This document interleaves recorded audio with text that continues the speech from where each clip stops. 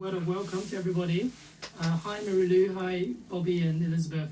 So good to see you. And this moment just feels a little surreal because it's wrapping up a whole year of activity, which I mean, 12 months ago it was hard for me to imagine that this has happened, and I hope you all agree that it's a kind of really enriching and rewarding group where we are getting a sense of creating a new community for this field of study, patristic philosophy of nature, where people are, hi, we do have one more bright young patristic scholar joining us. Siyun, can you come over here because our technology is broken down, sorry. So a year ago it was hard to imagine that that there's a community where we can share these thoughts and have actually kind of in-house expert feedback where everybody are working on the same theme. So I think it's been extraordinarily productive and fruitful. I think just very briefly, I would say that Doru, I mentioned this last week to everybody that I'm hoping to construct two publications out of this series of seminars. There will be an edited volume and there will be a special journal issue. So I think more information will be circulated, but I'm getting very close to submit a proposal, so I will be in touch in the next week or so. So that's progressing really well, and thanks for everybody who has expressed their interest. And the final thing I would say before we kick off is it would be really helpful if you have any ideas before you head off to the summer for what we could do next year together, just to send me some ideas. If you have burning questions or ideas, please do get in touch. I am in the process of constructing a plan for next year. And so throw some ideas out. One idea that I have might be to do some kind of textual reading plus discussion together. We could select some text where we can work through, and then after that we could have a kind of long 1 hour, hour and a half long discussion like what we do now. Another idea could be that we could have experts, leading scholars coming to give us papers and we engage with them with their works. I mean, I have a long list of bibliography in the field. Doru, you are on it, and in a minute I'll introduce your work. But there are several others who has written books in this growing area that we could engage with their work. We could do that. Or we could have more of the same. We could just have another round where we could contribute our work, and who knows? I mean, that could result in another altogether different theme. So I'm really open to suggestions. Please do let me know when you have some thoughts or idea what we could do together. Oh, where's you? Oh, there you. We can't see you. Do you want to come in? It's very warm. Yeah. Okay. Oh, you. Okay. If it's a disability problem. Hello. Hello. That's Siyun, who is a bright doctoral student here working on Maximus. So without further ado, I want to welcome Doru Kostake. Is that how you say your name? Kostache or Kostake? Kostake is fine. That's my name. Kostake. Mm-hmm. Okay. And Doru, the very Reverend Doctor, is an associate professor in patristic study. Now, you are now in a new position. It's Nisibis, isn't it? Nisibis, yeah, whatever. Doesn't matter how you pronounce it. Yeah. And you teach in Sydney various theological colleges associated with the Sydney Divinity School, if I understood correctly. And Doru works on the field for a very long time now. Since his publication in 2021, Humankind and Cosmos, early Christian representations, but arguably he's written articles and chapters before. And then very recently, two further books, one on the Copernican turn, a new Copernican turn, and the other just come out on Clement of Alexandria, Nature Contemplation in Clement of Alexandria. So we are really extremely fortunate to be in a position of hearing your contribution to this series, and just give you an indication of what we've been doing. We've been doing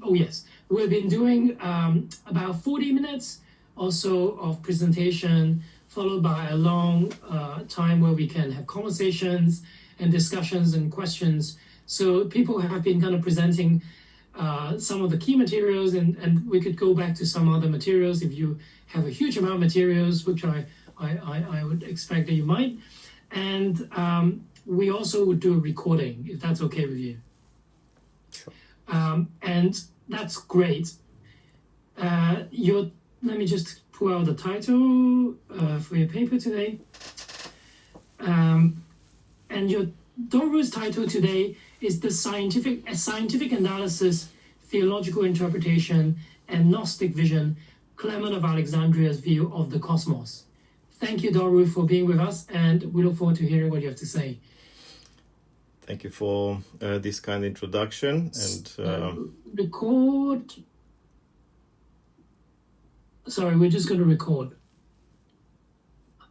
Do you have the number? 695-668. 695-668.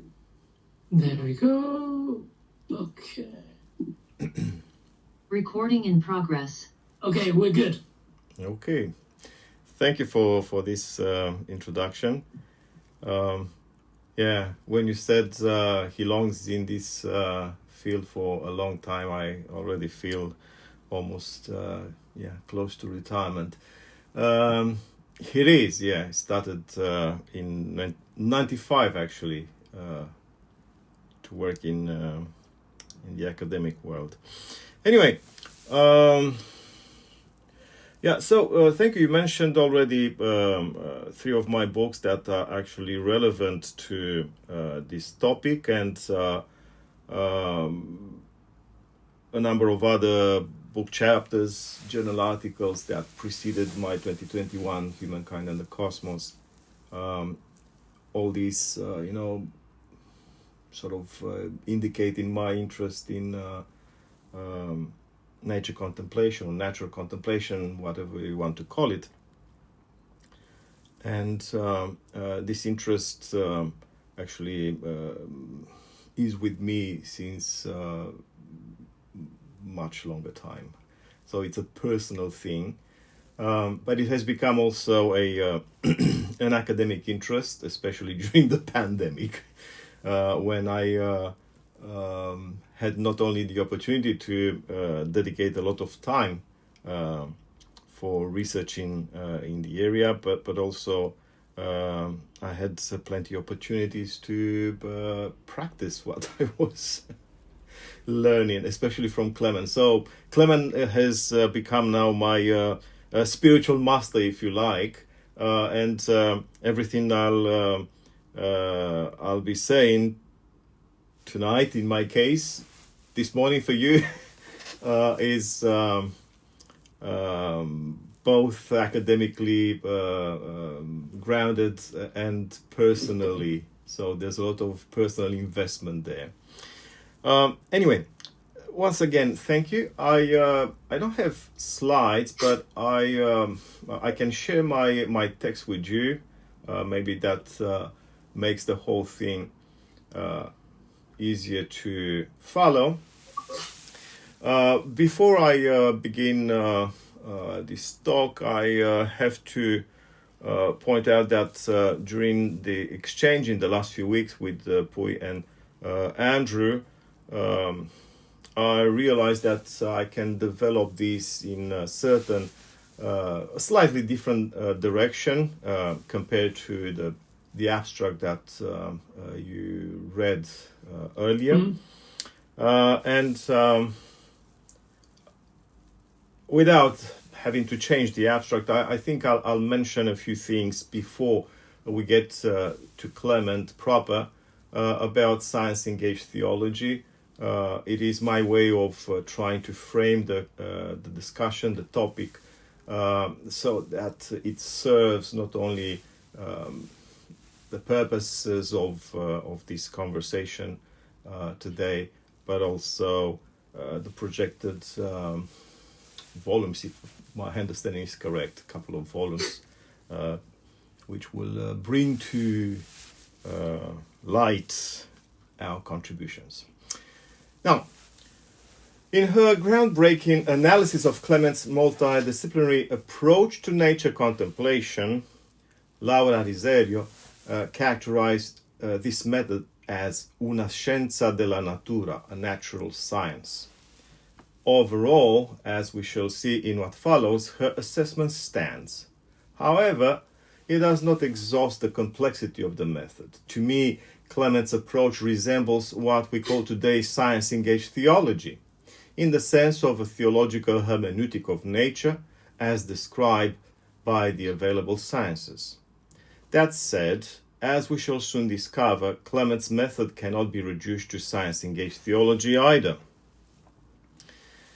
The elements of this method are discernible throughout Clement's writings, especially in Stromateis, miscellanies, whatever you want to call it. They are not gathered in one place, however. In my reconstruction of the method, I pointed out that his nature contemplation, or physiology, physiologia, here discourse on nature, is nestled within the second stage of the threefold curriculum that progresses from ethics to physics to divine vision, or epoptics. More specifically, Clementine physiology or physics unfolds from scientific analysis to theological interpretation to the spiritual vision of cosmic realities. To advance through these phases, the seekers of truth must acquire virtue, contemplative skills, and sound information about nature, which then they apply to any physical object or phenomenon, as well as to the cosmos in its entirety. That said, only the holy Gnostics or saintly sages reach the third stage of insightful or noetic perception of nature. The latter amounts to a view of reality that exceeds any scientific exploration and theological interpretation alike. In what follows, I discuss this tripartite method of nature contemplation with application to astronomical objects. I bring to light Clement's contribution as the first Christian thinker who engaged Ptolemaic cosmography, which within his theological interpretation features as an alternate view to the widespread heliocentric system. This discussion is introduced by a survey of contemporary science-engaged theology, which will help me establish Clement as a precursor of and an original contributor to this approach. The talk ends by proposing an extrapolation of Clement's method of nature contemplation for the theological engagement of contemporary scientific culture. And actually, I have to apologize, I went too long with the rest of the paper, so there's not much of that, but I hope that we can address some interesting matters while we converse. So, science-engaged theology, past and present. Let's turn to science-engaged theology and its antecedents. The concept was launched in 2021 in a special issue of Modern Theology, edited by John Perry and Joanna Leidenhag. That said, as we shall soon discover, certain patristic and neo-patristic thinkers should be credited as science-engaged theologians avant la lettre. I mention neo-patristic as in Orthodox theologians in the 20th century, but this doesn't mean that similar undertakings weren't present in other ecclesiastical and traditional horizons, like the ressourcement movement in Catholicism. But to understand why this is so, brief comments on modern science-engaged theology are in order. Working at the nexus of various disciplines, science-engaged theology operates differently from the field of science and religion. Except for its dark periphery, populated by apologists of all stripes, science and religion is an academic discipline in its own right, existing as such since the publication of Ian Barber's classic Issues in Science and Religion in 1966. In turn, science-engaged theology moves outside of the field of science and religion, and, as denoted by its framework, approach, and goals, it constitutes a branch of theology proper. As such, it should not be considered an offshoot of science and religion, and I beg to differ to recent statements coming from my friend Chris Knight, who believes that this is still science and religion. I don't think it is. For example, science-engaged theology does not intend to erect bridges for the stranded worlds of scientific research and religious experience to cross, at least not in the first place. Such an intention, nevertheless, is at the heart of the field of science and religion. The interest of science-engaged theology is in showing that the bridges already exist, being implicitly built within both scientific and religious cultures across the spans of history. More specifically, as John Henry Newman pointed out long ago, the mark of both worlds can be discerned upon each other in the, I quote, bearing of other branches of knowledge on theology, and in the, again, quotation, bearing of theology on other branches of knowledge. No news, therefore, in realizing that certain assumptions and axioms of the scientific method draw upon the Christian worldview, including scriptural wisdom. Paul Davies, astrophysicist, iterated this very point, for example, in regard to the scientific concept of laws of nature of theological origin.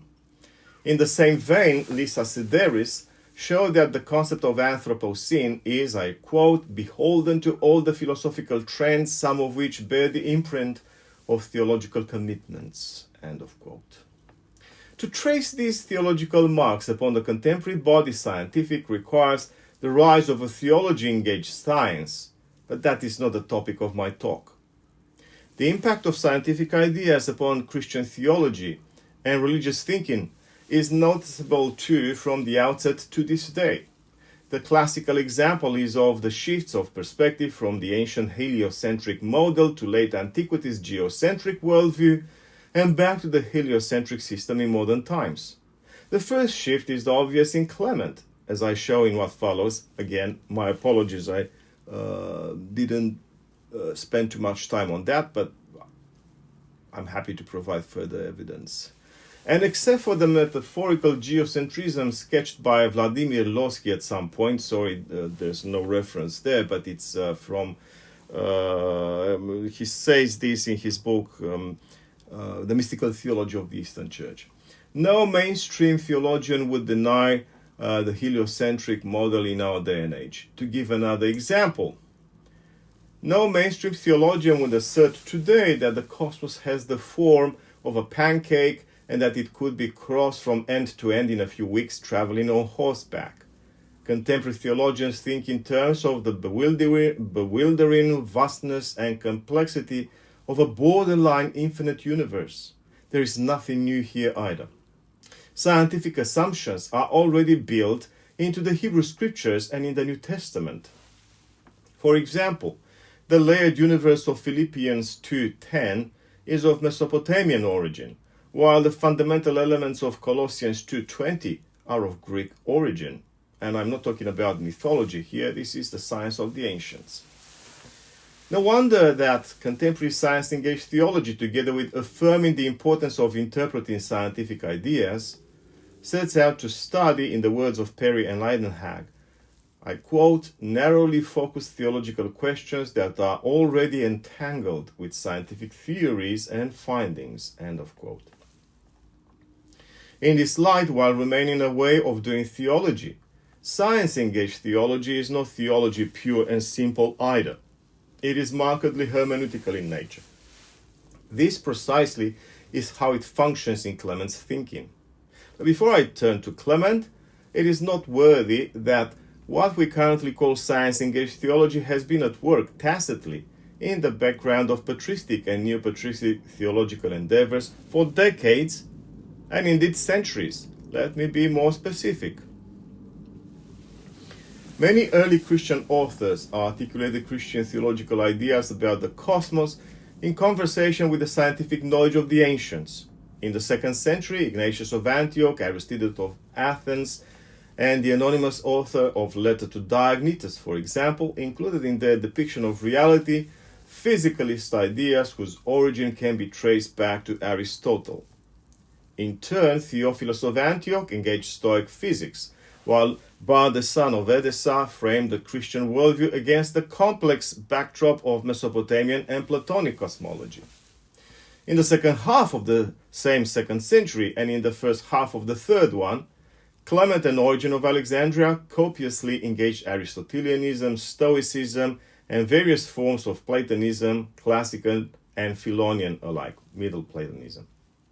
Skipping ahead to the 4th century, while Athanasius overall maintained the physicalist tradition and favored Platonic contemplative approaches, the Cappadocians were eclectic, bringing to bear elements from the Aristotelian, Platonic, including Neoplatonic, and Stoic philosophical traditions on their sophisticated cosmological elaborations, and so on and so forth. Of note is the fact that most of these authors did so unobtrusively, incorporating the available scientific ideas into their Christian representation of reality as a cultural or contextual given, often not even bothering to indicate their sources.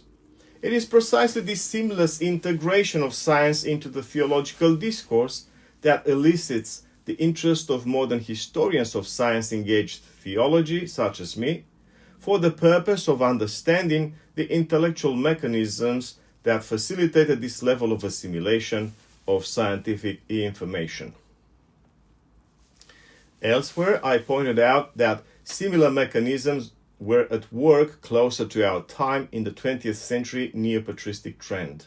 Here, neo-patristic means the iteration of the patristic or traditional savoir-faire within modern circumstances.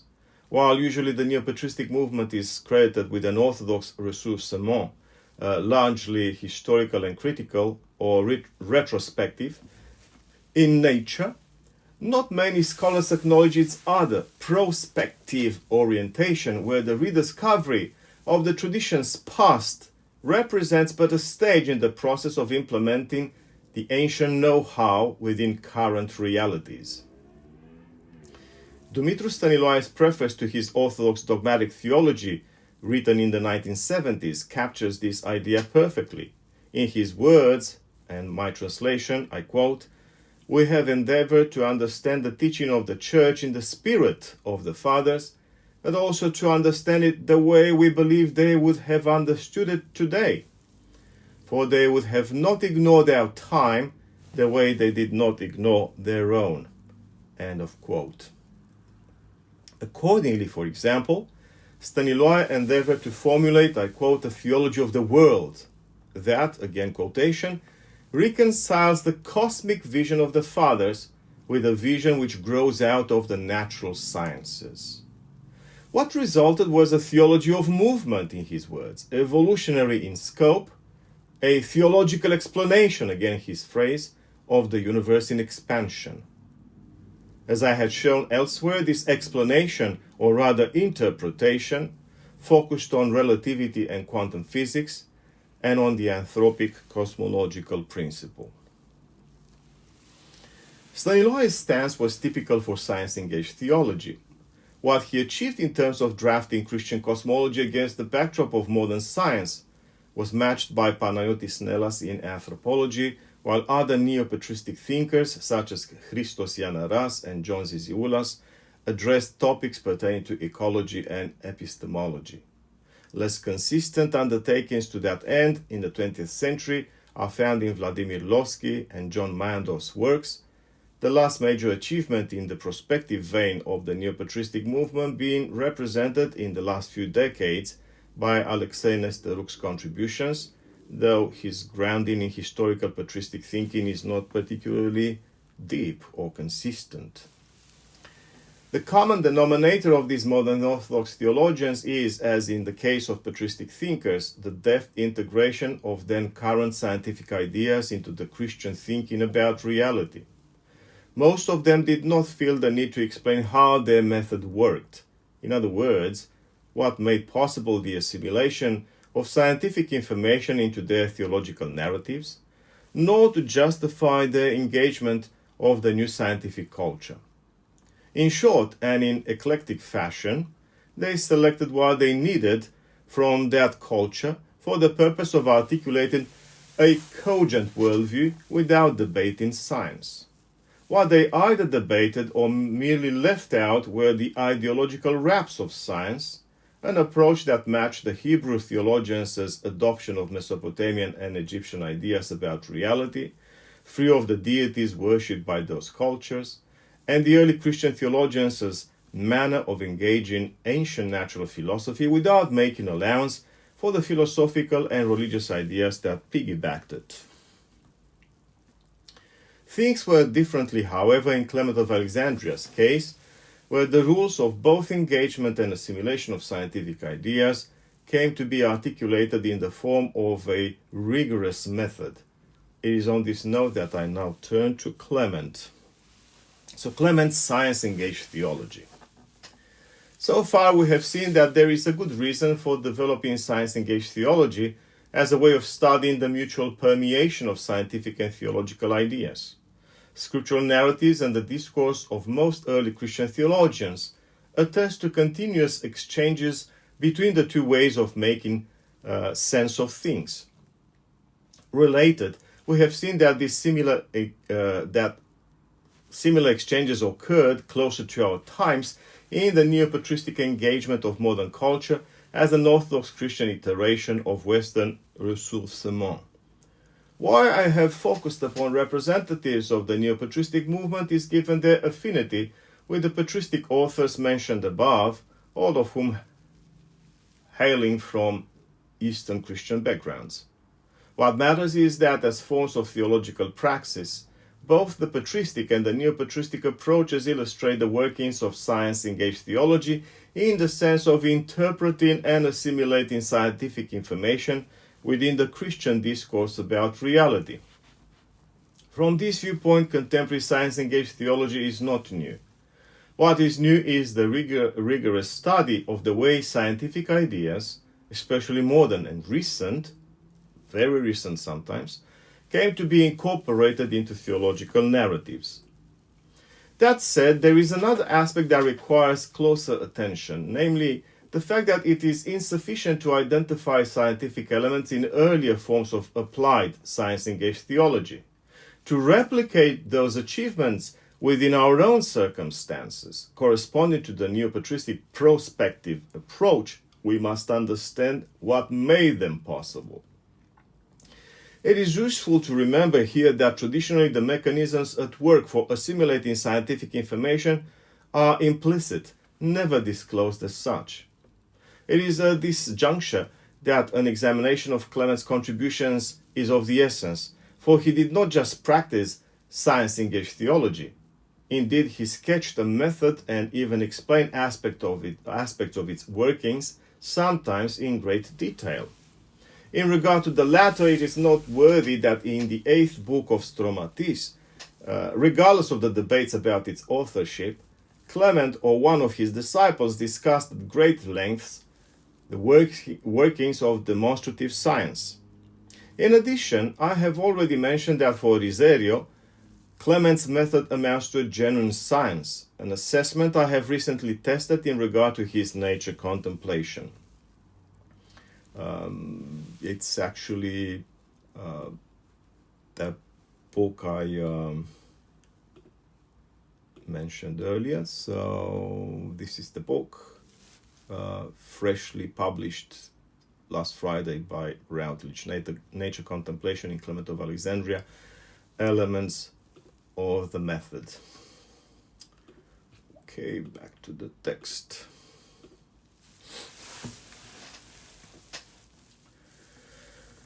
Against this backdrop, Clement's approach, which will be my guide from this point on, amounts to more than a precursor to science-engaged theology. It constitutes the missing link between scientific inquiry proper and science-engaged theology.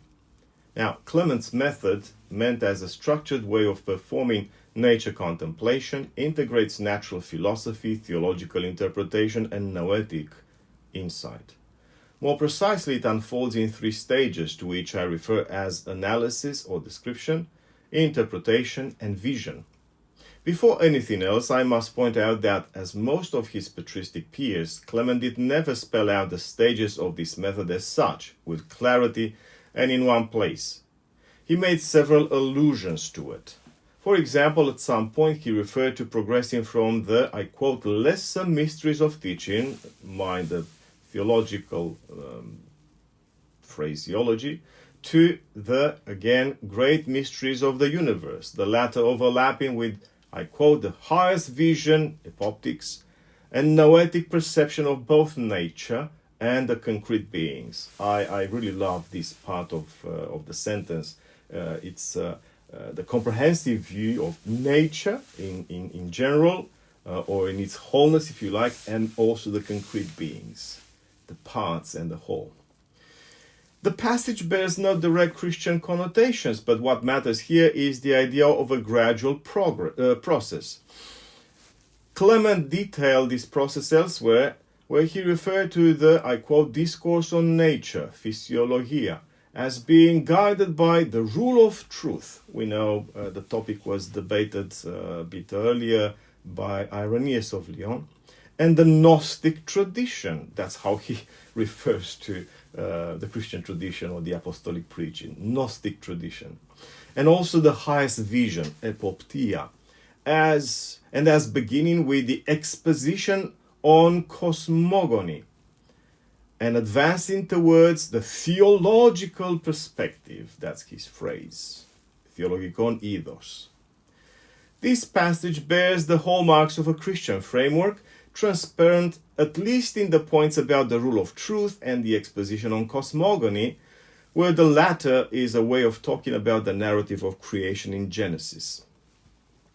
More precisely here, the method entails phases such as first, physics proper, discourse on nature, that is, analysis and description. Second, interpretation within a theological setting, the rule of truth, the Gnostic tradition, and the exposition on cosmogony. And third, the highest vision, epoptic, also called theological perspective. As I explain in my recent book, the latter here and in many other places is what I call reversed epoptic, corresponding to the saints' divine insight into the nature and architecture of reality. Despite such indirect references, the method is there. In my reconstruction, its three stages go as follows.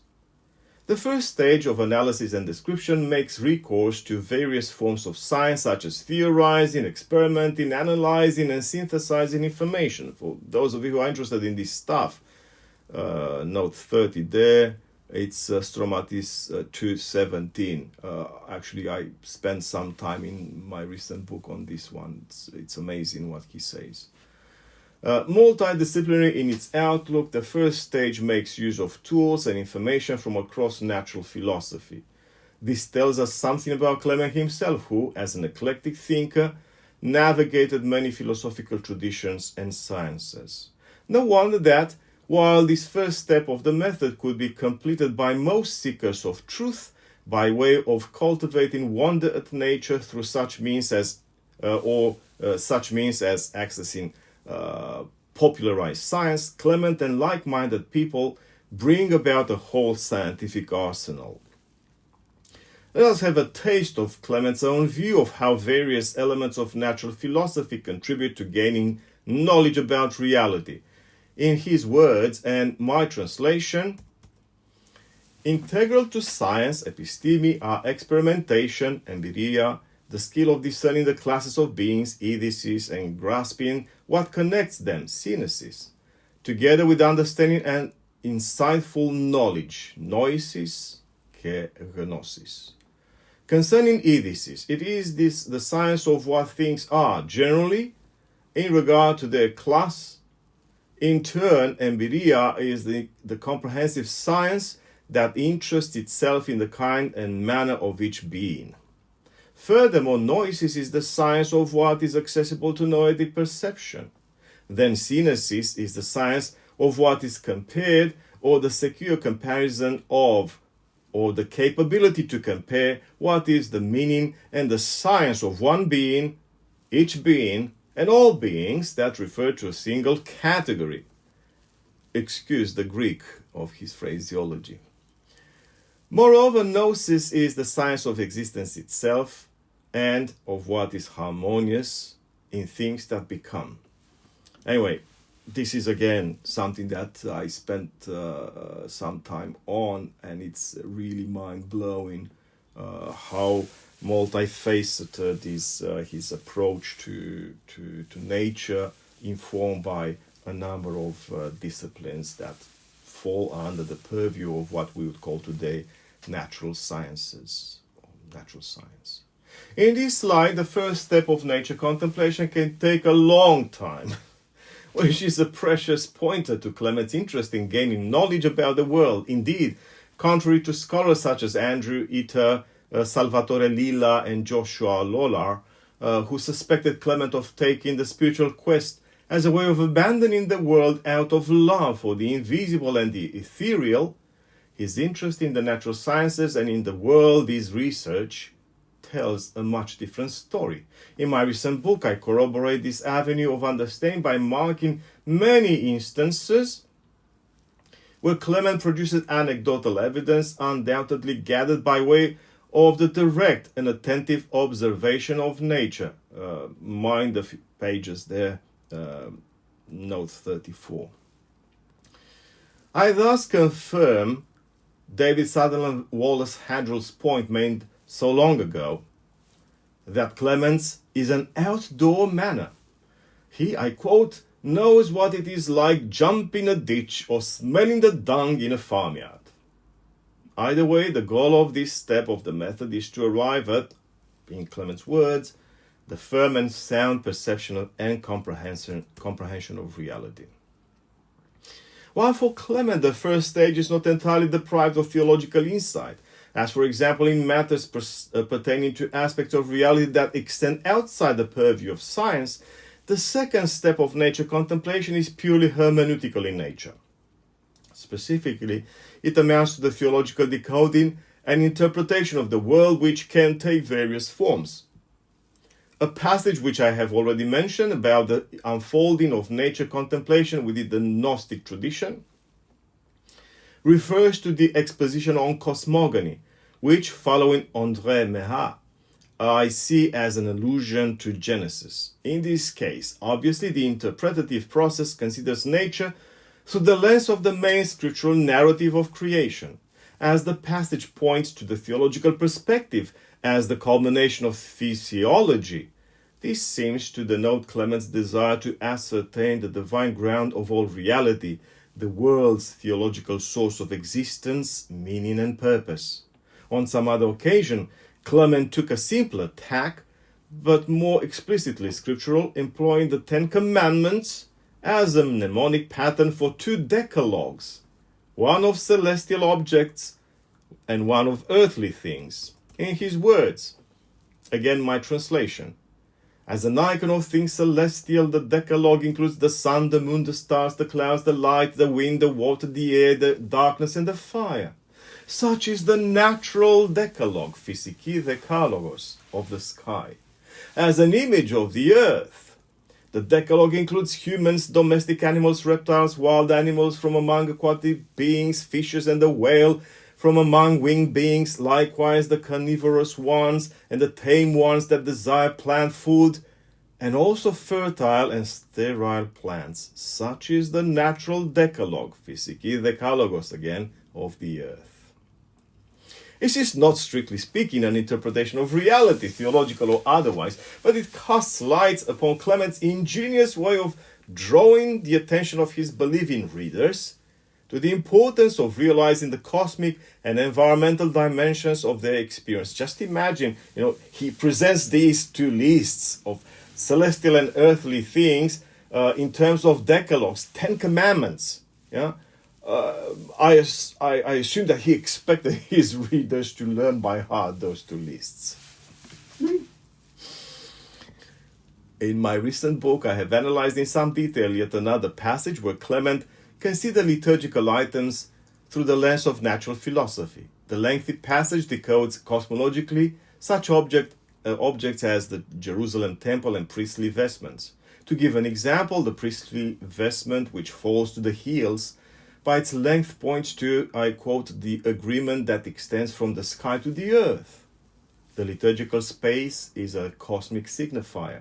That said, elsewhere I discuss Clement's approach to nature from the other end of liturgical rhythms, where, for instance, the assembly's choir echoes the harmony of nature. Regardless of the interpretative device Clement used, the goal of this second stage is to familiarize believers with the universe and its components, and to bring out the significance of the cosmic syntax that, much the way scriptural narratives do when they are engaged spiritually, is replete of theological connotations. Lastly, the third stage of the method, vision or reverse dipoptic, is the province of the saints, whom Clement dubbed Holy Gnostics. Their insight into the nature of reality is neither the outcome of research nor the result of hermeneutics. It originates in their proximity to God's Logos, from whom they learn everything about quotation, things that are, will be, and have been, ton ondon teke esomenon ke parochikoton. This amounts to a comprehensive grasp of reality that is commensurate with the degree to which the saints undertake personal transformation, as this is not only off the charts when it comes to the human cognitive apparatus, but also not of direct relevance to science-engaged theology. I will say no more here. The same is not the case of the first two stages. While the first one refers to science proper and shows how important a sound knowledge of reality can be for believers, the second one brings to the fore a range of interpretative strategies that lead to the integration of scientific knowledge into the Christian worldview and ethos. And the last part of the paper, from Clement's engagement of Ptolemaic science to contemporary science-engaged theology.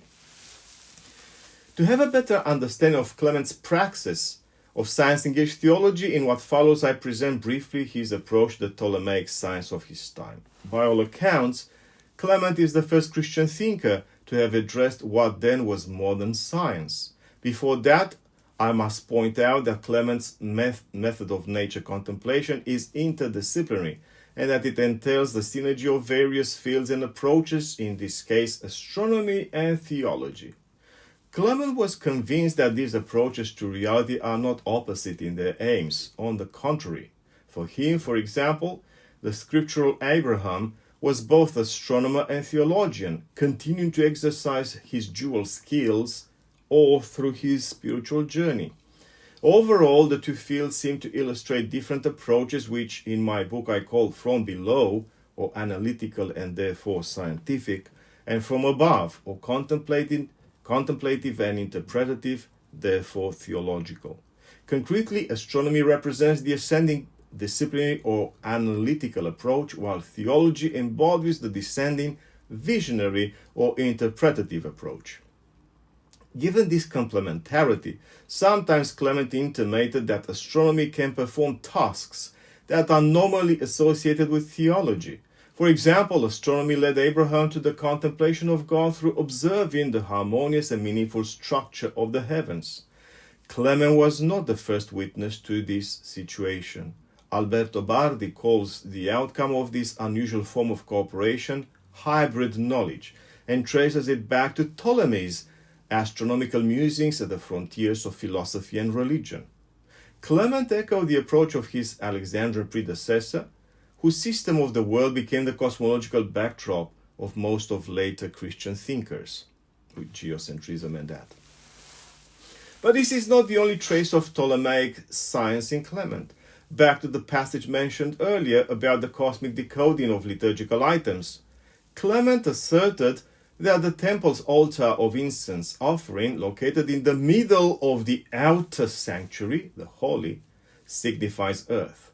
The allusion of Ptolemaic cosmography, or to Ptolemaic cosmography, is transparent, since, as for Ptolemy, here Clement's earth is situated in the center of the cosmos, and is the source of all aromas and scents. This might not seem extraordinary, but merely a few lines later he offered a more common heliocentric model, widespread before Ptolemy's cosmography.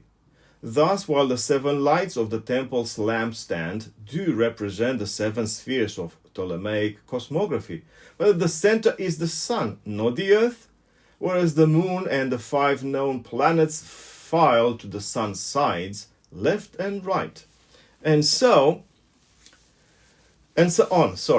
What this lengthy text intimates is that the temple items encode a whole and complex cosmography consistent with the Ptolemaic universe. Of course, given that the temple was erected before Ptolemy, what the aforementioned outlines do is adjust the original liturgical symbols to the worldview of Clement's own time.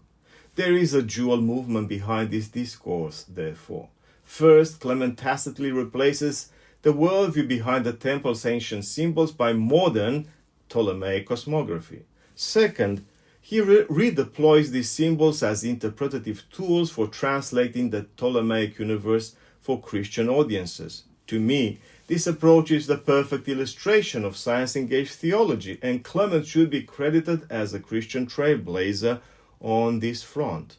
I hope that during our discussion we'll have opportunities to discuss how the same method can be applied to aspects of the contemporary scientific culture, whether it is about cosmology, anthropology, or any other science. And this is where I leave it. Oh, thank you for the applause. You are all muted. I don't hear anything. But wow. It is incredible. Thank you so much. We now all need to purchase the book. Please do. Make me rich.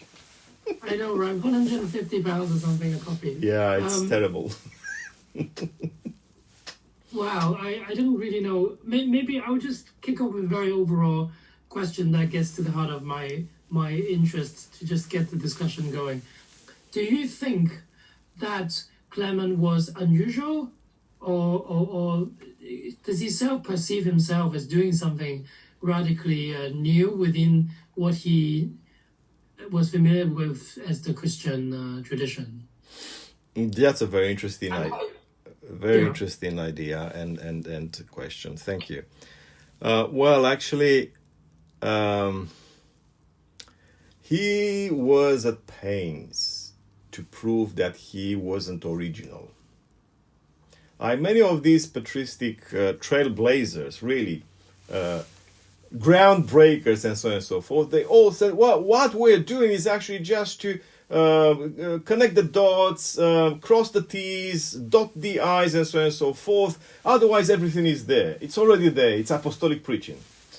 But of course, there's a lot of originality, creativity. There's a lot of personality into the contributions of these people. Clement, perhaps among the first to be so bold in creating a system. Of course, we shouldn't take this literally as a system from A to Z, where all things fall in place the way modern philosophical systems go. But it's a system nonetheless, at least in the backdrop of his thinking, as the backdrop of his thinking, rather than an exposition on the surface. But yeah, I'm certain that he knew that he was unusual. Even the fact that he preferred to call the saints Gnostics. That's his thing.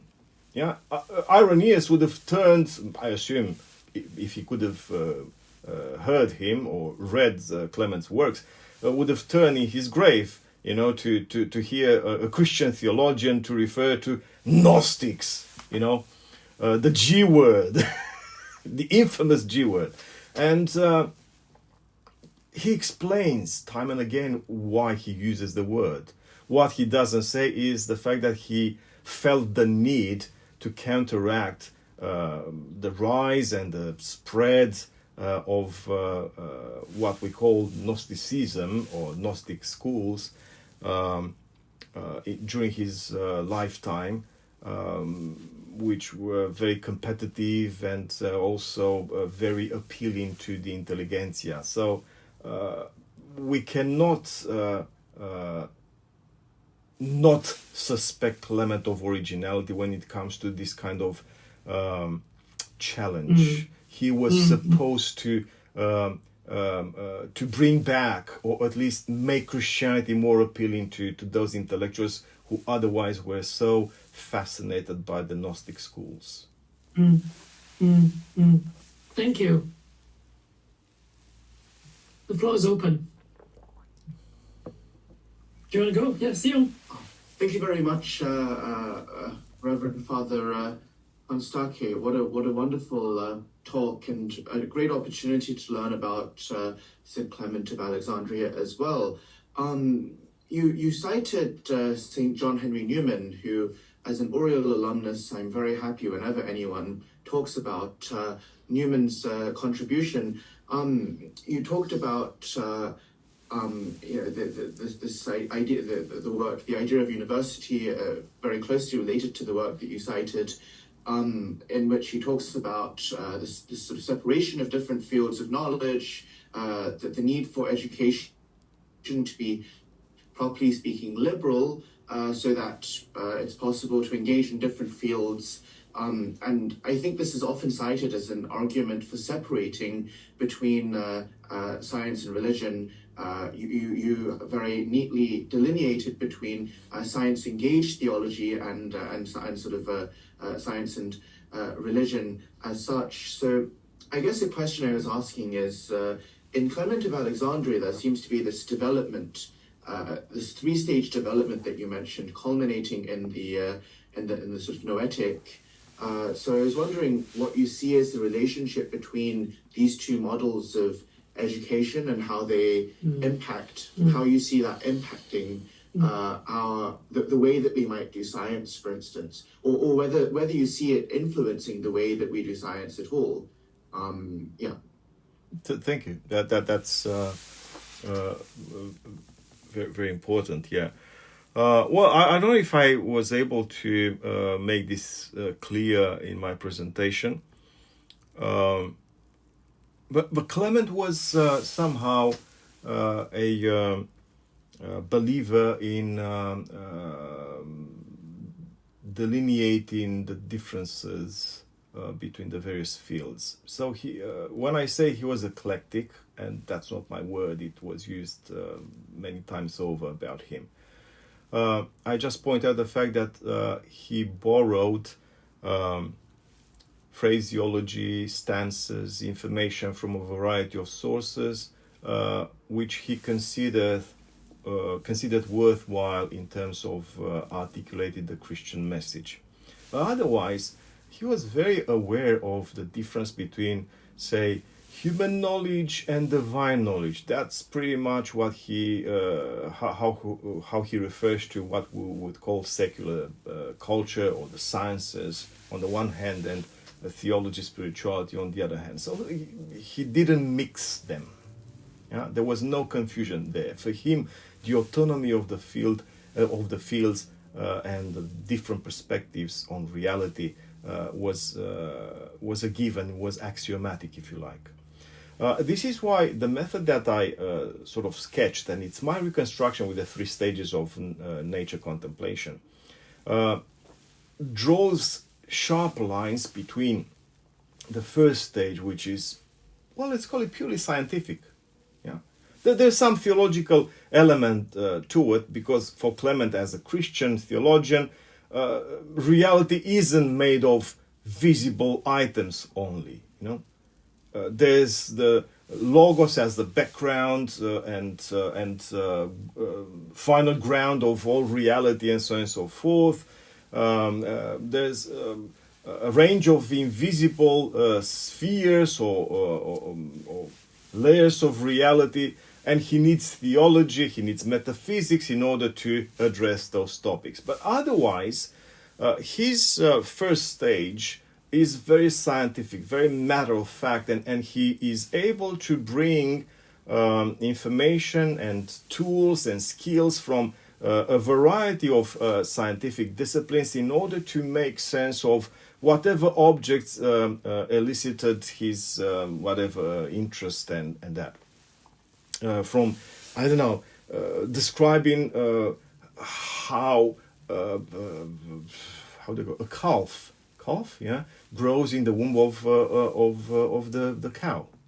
It describes that So that's biology, of course. It's not astronomy or cosmology or something. But from this kind of tiny, down to earth objects to the highest spheres, astronomical phenomena, and so on and so forth. And he was aware of the fact that he needed pure science in order to get to sound knowledge. He hated confusion. He hated ignorance. Yeah? I don't know if the word hatred is applicable here or literally to him, but that's my way of, that's how I feel. He despised ignorance. And therefore, he made a point in cultivating the sciences in their pure form, but also showing this amazing capacity for collating information from across the scientific body in order to depict reality as comprehensively as possible. And this was the first stage for him. So in a way, he was very modern in our terms because he believed in the autonomy of the sciences. On the other hand, he knew that theology, and for him theology was more like a hermeneutical exercise. Theology had its own parameters, its own calling, its own characteristics, and while theology itself could have access to certain layers of reality, its main exercise, at least for the purpose of nature contemplation, its main exercise was the interpretation of that scientific knowledge to make it, digestible for ecclesial audiences, for believers. Now, the third stage, that's something that goes off the charts, as I said. It's not something that is the outcome of either interpretation, theological or otherwise, or scientific research. It's mystical insight, if you like. It's something that happens to one in the presence of God. And the more one undertakes personal transformation in fellowship with God, the more one gets access to a level of understanding of reality that is by all intents and purposes divine and has nothing to do with human perception, analysis, interpretation, representation, and so on and so forth. I guess just to follow up, I guess at stake for me is, in this question is an epistemological one, namely that when the whole Aristotelian dictum of like being known by like seems to be, at least from my brief readings of Clement, very much present.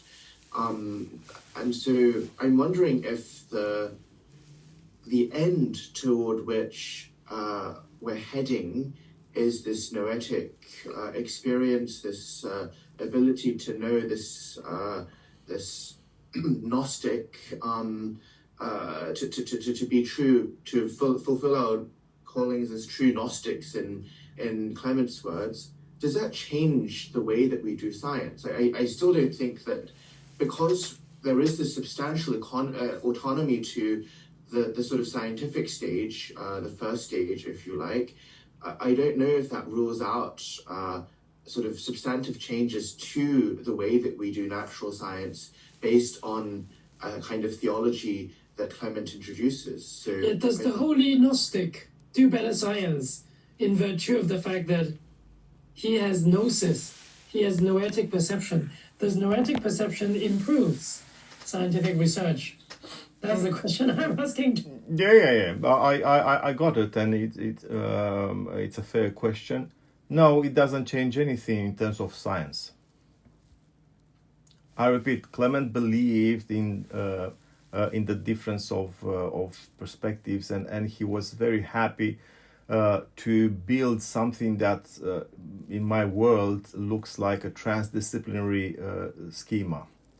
In transdisciplinarity is a different beast. It's not interdisciplinarity. In transdisciplinarity, each field has its perfect autonomy, given that each field of knowledge and study and so on and so forth has access to a certain aspect of reality. Biology doesn't study the stars. Astronomy doesn't study our genes. Clement operates with this sense of complementarity of various perspectives on reality, knowing that not a single field or perspective will suffice to create a comprehensive image of reality.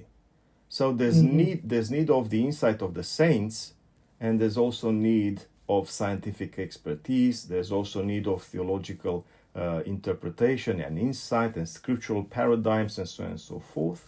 There's room for everything. I repeat, this isn't making some kind of bouillabaisse, whatever, some kind of soup there made of all sorts of leftovers.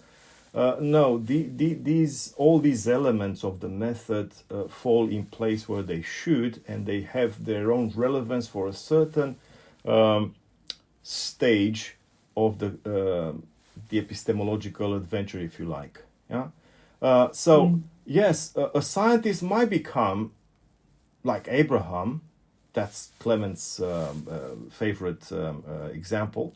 Like Abraham, a scientist, an astronomer, can become a theologian and be exposed to the divine presence.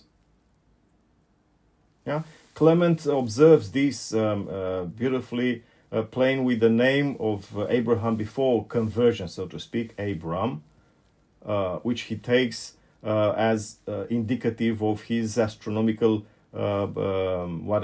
penchant. Abram, he translates as Patir Meteoros, the father whose mind is lost in the clouds. So someone who looks upwards, anthropos, if you like, to go Greek again. The being that looks upwards. But in looking upwards, assisted by astronomy, Abram arrives at the conclusion that there's something irreducible to the order of the universe. At this stage, Abram doesn't know who that irreducible layer of reality is, who, not what, but has this sense of the totally other, so to speak. And Clement says in taking the other path of advancing towards that unknown, if you like, ground of all things, he discovers either the Son or the Spirit or an angelic being. I didn't have time to read that for you. And definitely this is more of a Trinitarian realization. And at this point, Abram becomes Abraham by receiving another Aleph or another Alpha, which, by the way, is also a number, number one. That's one God, the one God above all things. So Abram become Abraham, a scientist and a theologian, a mystical theologian, an intimate of the one above all things, and of the Trinity also, shows what Clement actually believes. That one can keep going to work, applying for grants, doing research, staring all day long in those computers and so on and so forth, and still have a mystical insight, a noetic insight into reality. These complement one another, but they do not supplant one another. Marie-Lou. Thank you. Thanks for the talk. That was really stimulating. So my question is actually just, I think, a different gloss on the same theme. And it's, what is this relationship between physiologia and theologia. So you're saying, it seems that you're saying that theology is just a certain interpretation of physiology, right? I feel like that's kind of what you were getting at in the third part. And right now you were saying that they're complementary. And my question is, are they complementary or are they interdependent, right? Can you have just physiology and can you have just theology, or do you have to have a little bit of both, right? Can they exist independent of each other, or do they necessarily build off from one another? So, I mean, to use a bad analogy, could this be like an a la carte menu where you sometimes choose one and sometimes choose the other, or do you have to go through like a set menu where you have to start with one and then kind of move into the different levels? Yeah, that's great. Actually, Clement, in talking about the saints, what he calls holy Gnostics, says, well, some of these people are really educated, steeped in all the sciences, masters of philosophical thinking, of demonstrative discipline, dialectics, and so on and so forth. But some of them are illiterate. And he gives examples of illiterate saints whose insight into reality is so deep that exceeds everything that the sciences of the ancients, the pagans, were able to achieve, or any scientific knowledge at this stage can achieve.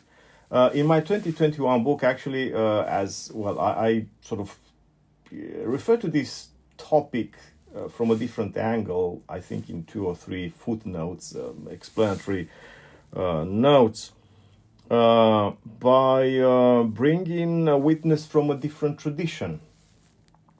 The vision of Saint Columba in the life of Columba by Adovnan of Iona. Right from the beginning, but also somehow in chapter 2, a bit later, Adovnan describes either 2 different ecstatic experiences of Columba, or 2 slightly different accounts of the same experience. But the experience seems to be the same. In a state of grace, Columba has this ecstatic insight into reality, and all of a sudden he is able to perceive the whole of reality, the universe.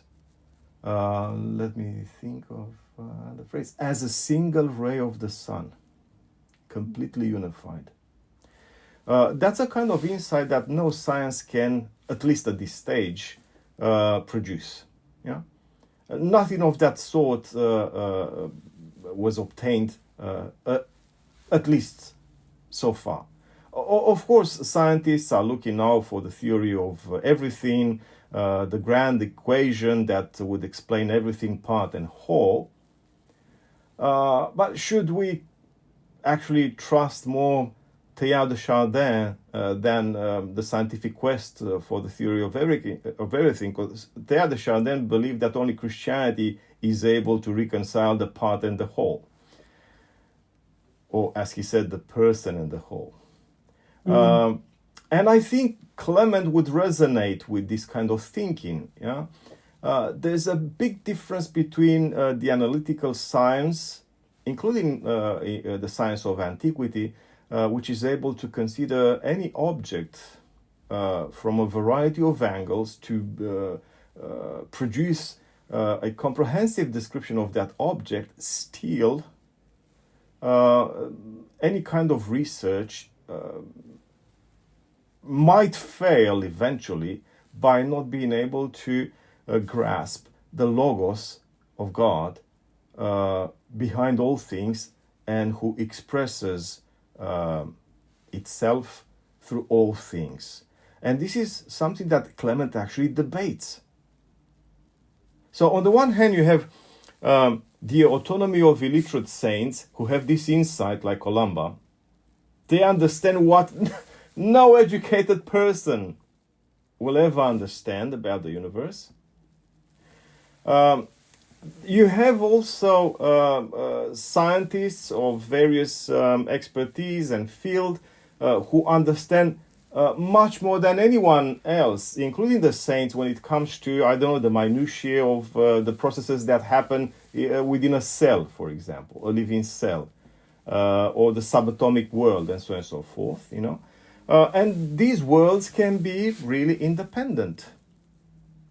And Clement, I repeat, was a fan of boundaries. He set boundaries, so that we understand that you can be a scientist, but you can go with your knowledge or discovery and research and so on and so forth, only so much, so far. You can't get to everything. And you can have, scientifically illiterate saints whose understanding of reality is much deeper, very different. But these remain and should remain two complementary ways of looking at reality, rather than something to cultivate in separation. That's my feeling of where Clement is heading. He believes in both, although he is aware of the superiority of the saintly insight.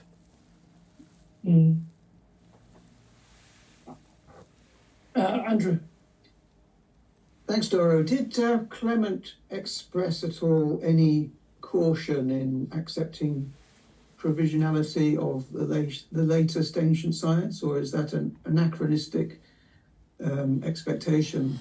Because if he didn't, if science was changing and he didn't really care, is he an example of Stephen Jay Gould NOMA, non-overlapping magisterium? Yeah, I think to an extent, yeah, he was of the view that these magisteria do not overlap. I repeat, setting boundaries. On the other hand, if I understood the first part of your question, Andrew, he did not ascribe eternal value to the science of his time. And this is something very, very important, because, in conversations in our day and age in regard to science and religion, whatever variant of it, the critics of any conversation say, well, why should we bother? It is especially the case of theologians. It's the criticism that I hear since my early days as an assistant lecturer in Bucharest to date.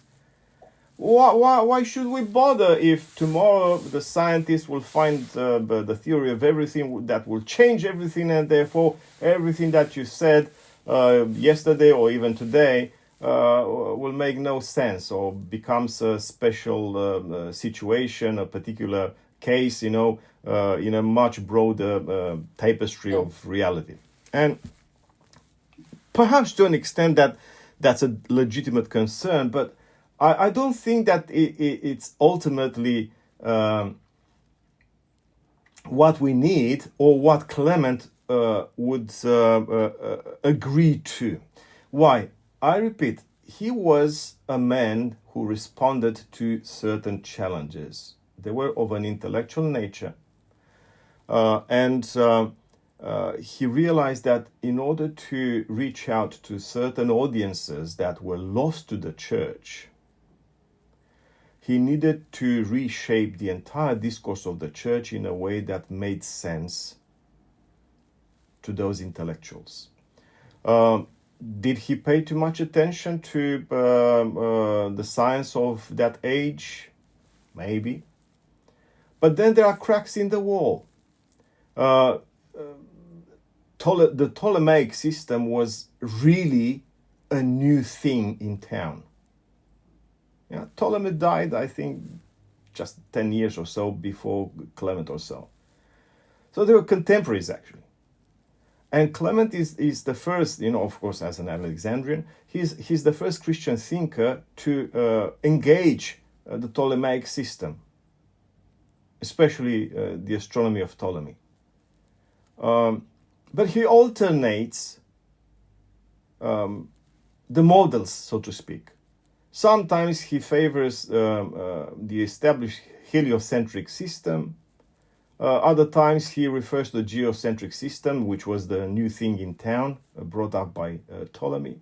And it shows that while he was a man of the moment and he tried to speak the language, including the scientific language of the day, he cracked the wall for alternatives. So, on the one hand, it is important to engage the science of this age in order to communicate the message in a cogent way, in an intelligible way, at least for certain audiences that are shaped by that kind of scientific culture. On the other day, we should take a step back and leave the door cracked, because tomorrow science will change anyway, will shift anyway. I don't know if this answers your question. Yeah. Elizabeth.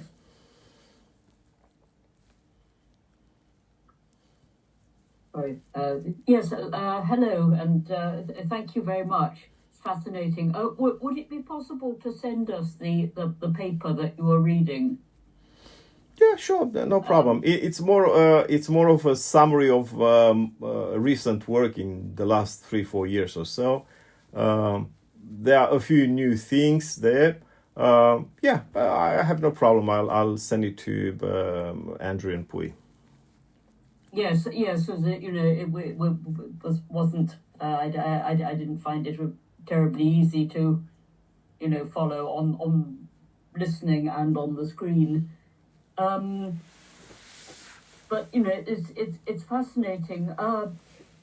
You talked about Clement seeing disciplines as autonomous and science and theology as autonomous. I do wonder if that's the best term, because it has negative connotations. Theologically, I would say. The idea that anything can be, strictly speaking, autonomous. I mean, complementary, absolutely. Certainly from a Christian point of view, it's a book of the same author that is being read on different levels. And I also, would anyone in Clement's time, Christian or otherwise, have an idea of science or any discipline being autonomous in the way we understand it today? Science, I don't think anyone thought science was independent of philosophy. As I say, I'm not disagreeing with what you're saying about his respect for science in its own terms. But I think that given the modern thinking that one can treat it, the sort of Noma thinking, one can treat it as something completely unrelated. I think autonomy might be a misleading term. And, related to this, natural contemplation, and I know, people have suggested there are different ways of understanding this. Is it only something that that we undergo at a higher spiritual level, or is it also in some sense a practice? I think you're suggesting that in Clement's understanding it's something you undergo, but whether or not, and I don't know whether he talks in these terms, but I think one might well see his whole approach as an application of a certain natural contemplation. Okay, thank you. Many questions there. First, the topic of autonomy. It's my term, of course. It's not his. I use it keeping in mind the difference between ontology and epistemology. Yeah? I'm certain that for many Christians today, an autonomous creation is abhorrent, at least for Orthodox Christians. I know that's not always the case in other versions of Christianity, but for Orthodox Christians, and I know your concerns, I come from the same tribe, the autonomy of creation is inconceivable. So I hear you. Can the creation be ontologically autonomous? That's the question, but that's not my topic. I used autonomy with reference to fields of study or representations of nature, not to nature itself. So I think this is the short answer to that first part of your comment. Yeah.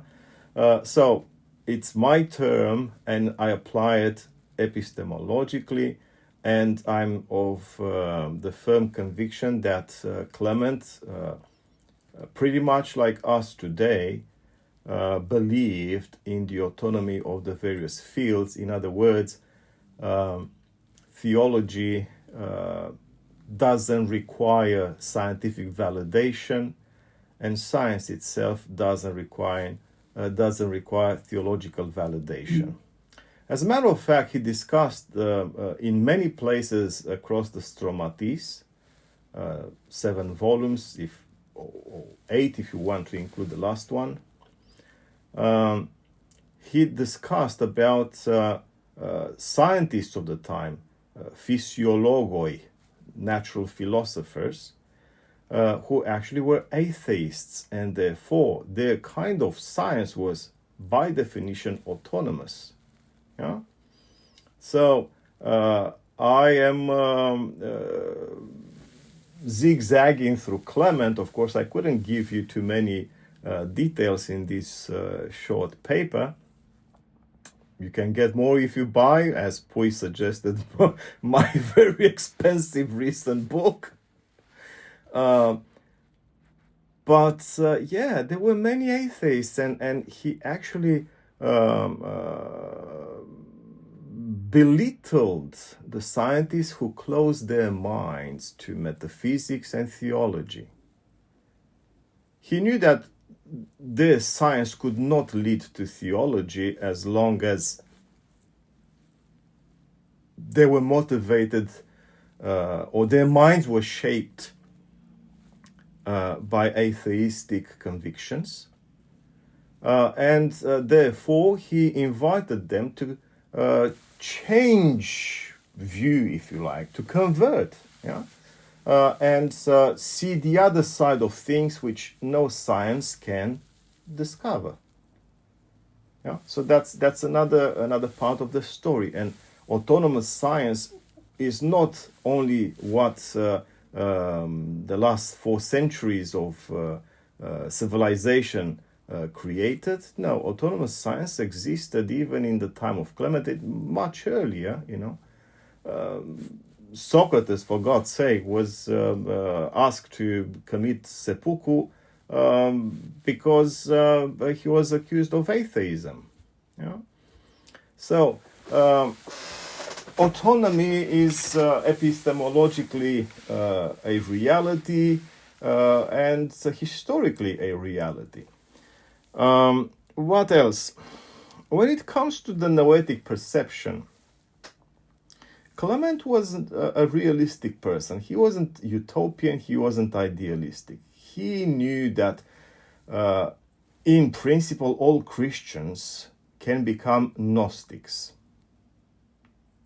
because they all are called to get closer and closer to God, and therefore the more they would advance in fellowship with God, they would acquire aptitudes that are by definition supernatural. They aren't familiar, they are extraordinary, and such aptitudes would include insights into the nature, the matrix of reality, like St. Columba's, that have no equivalent in any kind of discursive science or even theology. Yeah. But Clement was realistic, and he knew that not everybody can get there. And therefore,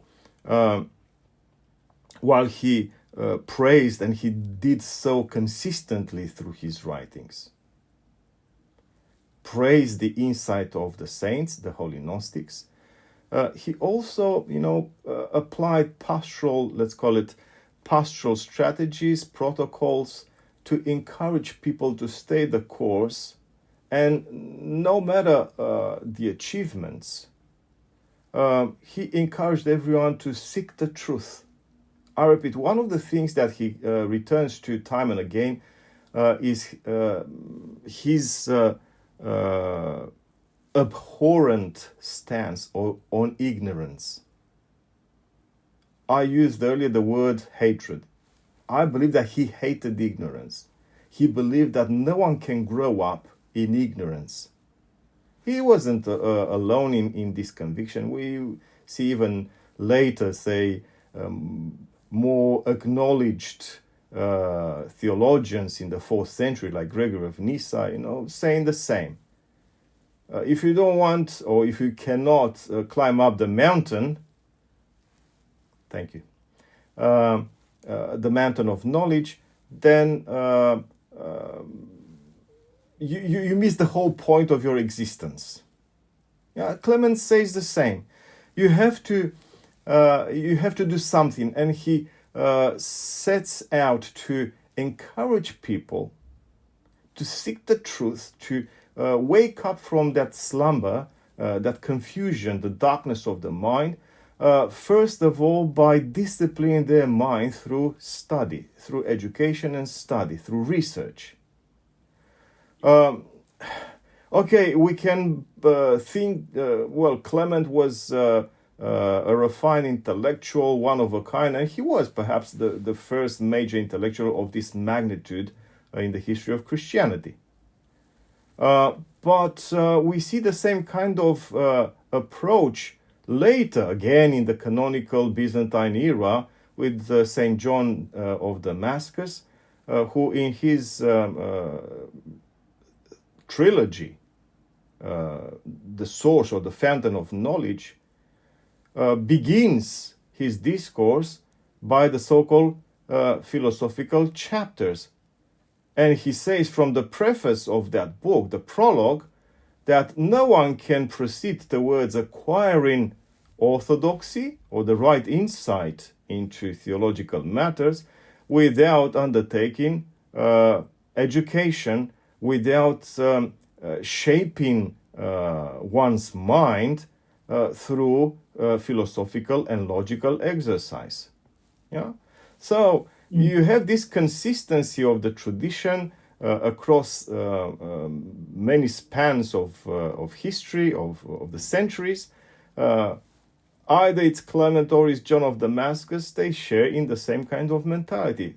You can achieve something, you can travel towards the truth, even though you might never become a saintly person. And the first stage is education, study, research on an ongoing basis. So he's a fan. Clement is a fan of lifelong learning, and then only so equipped, like Abraham, the astronomer, you can proceed to actually learning theology, which might give you again certain insights into reality that you didn't have before. They might not be what St. Columba achieved in a moment of grace, or Clement's holy Gnostics who received the mind of Christ himself and therefore know what things were, will be, and are. You might never get there, but you still have a glimpse of reality. Can I just ask a very brief follow-up on this point? Does that have so in light of his project of kind of getting his audience appreciate education, am I right to say that physiologia is a sort of strategy to reframe how Christians think about the aspects of the faith that is closer connected to knowledge and learning. So going back to Marie-Lou's question, which I'm very invested in, the relationship between physiologia and theologia is not merely one that is about reconstructing the disciplinary relations. In a sense, I mean, I can see that the structure of his physiologia already has embedded within it a lot of what he would probably accept to be also part of theologia. But that change implies a different outlook to, it's like Aquinas calling for the faith a sacra doctrina, right? It inquires a different outlook. It gives you a different outlook in terms of what is the typical way in which that Christian outlook to life relates to learning and acquisition of knowledge. I mean, is that close to what physiologia is? It's a bigger term that embeds some of what we might call theologia, right? Mm-hmm. Yeah, well, the passage that I alluded to earlier in my paper, the one where he actually uses the word physiologia, in connection with the theological perspective, with epoptics, with the rule of faith, or the rule of the truth, whatever he says there. That passage defines physiology or physics proper as a science of nature in a very broad sense, which incorporates a trajectory that points towards theological insight, if not what I call reversed epoptic. Epoptic proper, epoptiki, is looking towards the divine. Yeah? But in some instances, Clement speaks of a different kind of epoptic without calling it reversed. That's my term. Where the same kind of divine insight is turned towards reality, and that's the insight of the holy Gnostics, of the saints. Yeah. Okay. So, in the passage that I mentioned, he defines physiologia, as a science of nature, as being guided by the rule of truth or the rule of faith, guided by epoptic towards the theological perspective, and in the process there's another ingredient, what he calls the discourse on cosmogony, which after André Mehat and Paul Blauers, everyone thinks it's a reference to Genesis. Yeah? And I agree. Yeah, the discourse on cosmogony in Clement, that's his idiosyncratic way of referring to Genesis 1, for example. Yeah. Yeah. And this shows that in this setting, in this case, physiology does include theology, does include scriptural exegesis, hermeneutic, divine insight. This is a much longer discussion, but Origen doesn't use the term physiologia, and that his understanding of physics, as I've shown, is significantly shaped by Stoics, which means that the Origenian understanding of physics is like much more a Stoic way of understanding the study of the visible world, which enables you to live a life katarthusin. It's a sort of ethical enterprise, and he sort of take it away from the Platonic way of understanding physiologia, which is the way that where Clement's coming from, where even dialectics is incorporated into it, because in the Platonic cosmogony, Timaeus, dialectic is part of physiologia. It's you have to have it. Whereas for Origen, dialectics goes into this sort of Stoic Aristotelian way of thinking, and so he doesn't think of dialectics as connected to apotheia.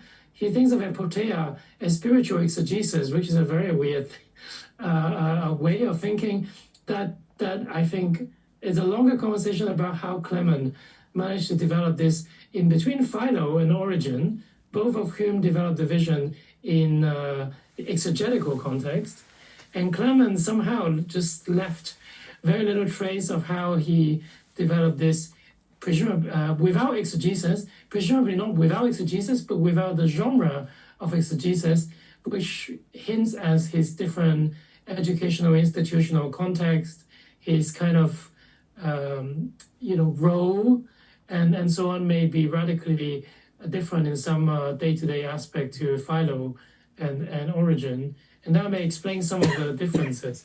Could be. But yeah, this is a longer conversation. Oscar, you haven't had a chance to say something. Would you like to?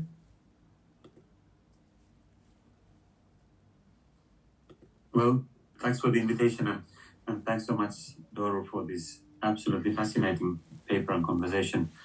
And I really look forward to reading the new book as well. I don't really have a question, to be honest. I enjoyed this so much, but I was fascinated by this kind of back and forth in the discussion, because it got me thinking about, like, it sounds like Clement has a fascinatingly nuanced and, in a sense, balanced approach to those sort of tensions between autonomy and interrelationship and what you call transdisciplinarity and so on. So I suppose that's the sort of thing you ultimately would want to find, because we're talking about somehow this mystery of reality, which it's the same reality, but at the same time it's not parceled out. So different disciplines in this sense are not parceled down into different material objects, but more like different, very different lenses of looking at things. And on the one hand, there is a certain autonomy,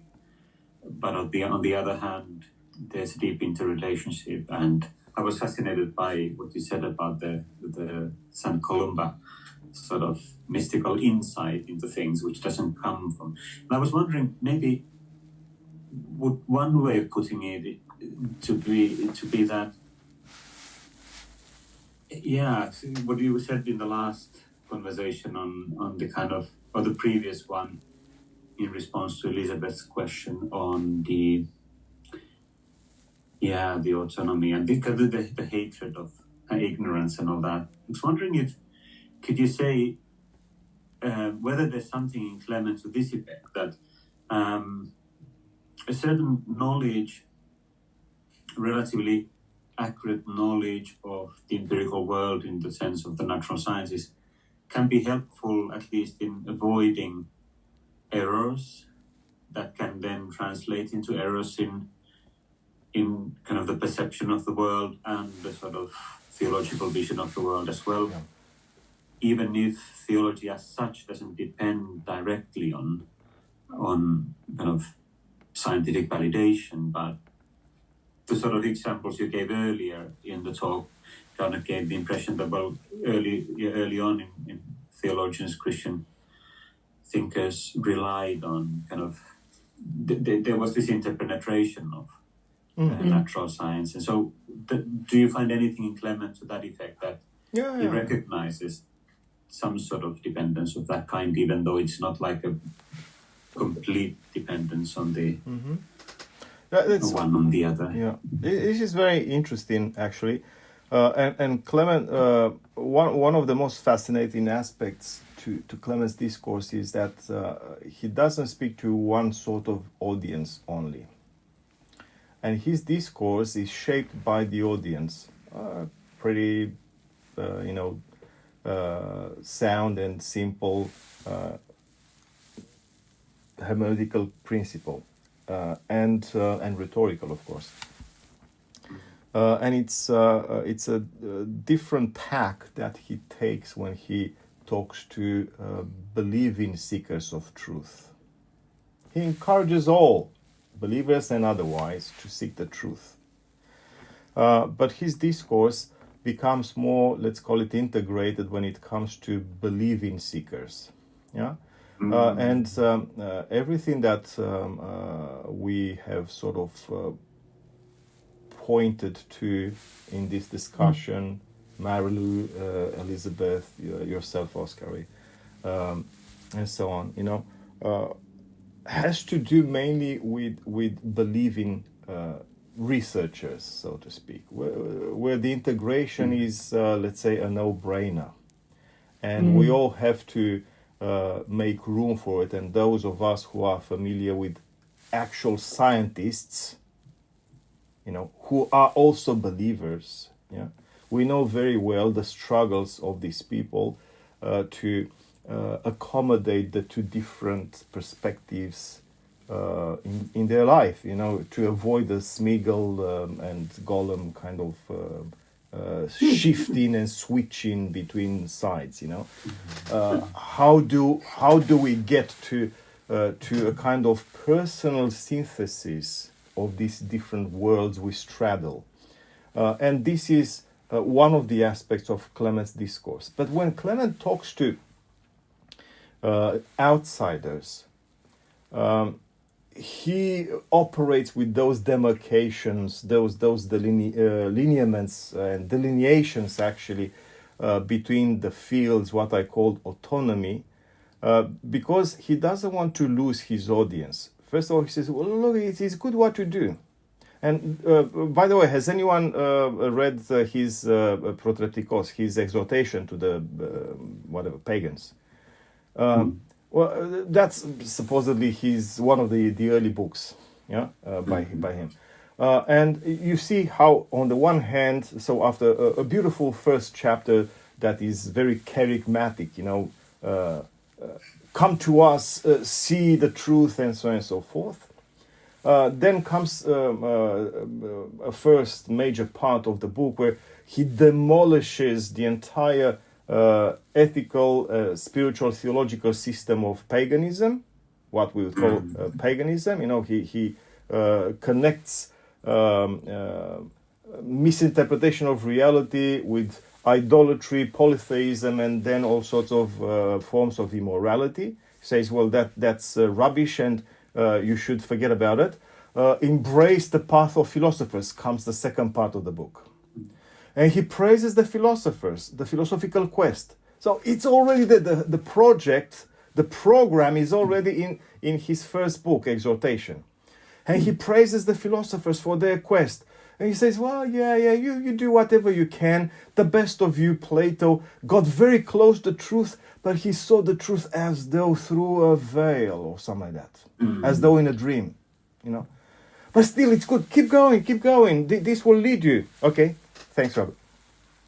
This will lead you where you need to go, but you need to pursue the quest, whatever, to continue the quest, and then the last part of Protreptikos, of Exhortation, is really mystical theology. It's based on the sacraments of baptism and Eucharist, and he says, well, this is where we actually fulfill our goal. In participation in the life of Christ, and it's the end of Protreptikos is well, maybe this sounds stupid in terms of comparison, but it's like the end of Dostoevsky's Crime and Punishment. When you have the last part, where Raskolnikov is converted in the presence of a devout and insightful prostitute, and the end of the book is resurrection, something similar.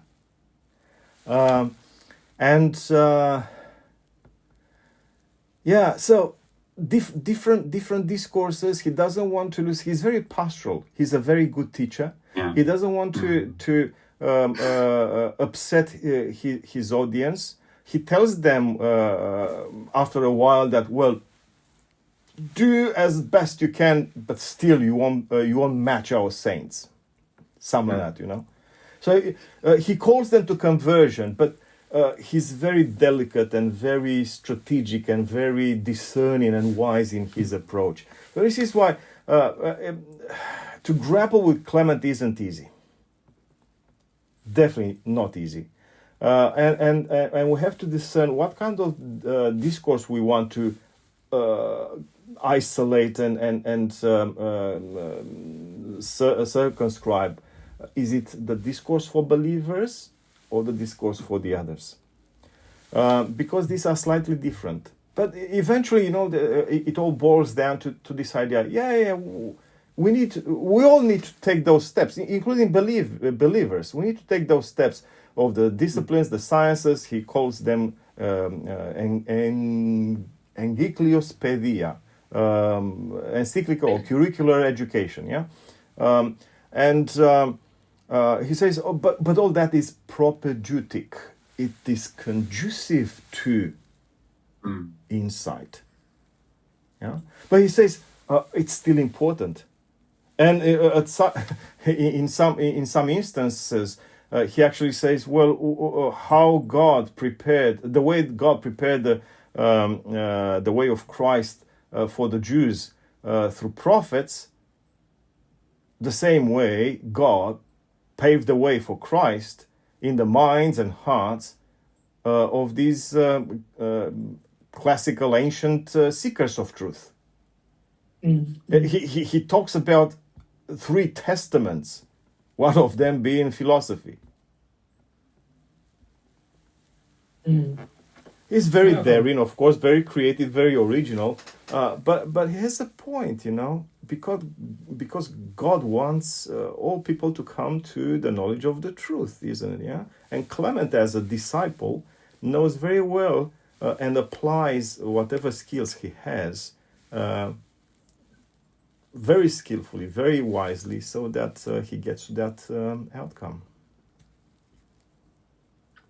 I think that's a wonderful note for us to end this extraordinary, contemporary yet ancient discussion. I mean, you have really demonstrated how working in the field for many years can produce an integrated vision and synthesis. I mean, I can hear your own kind of work in the contemporary times kind of intermingled with your historical work with Clement, and it feeds back, and it really it's incredibly exemplary for us to think about how to do this work in each of our own contexts. So thank you very much, Doru, for your insights and for your brilliant scholarship, and for just taking the time to engage with our questions. And we want to thank you for that, and just to wish that you develop this into a much bigger systematic framework, perhaps not restricted to Clement, where methodologically it shows the way of how this work, this period, this body of writers and thinkers and theologians and practitioners and faithful people can stimulate a new relationship, a reconfigured dynamic relationship for science and Christianity.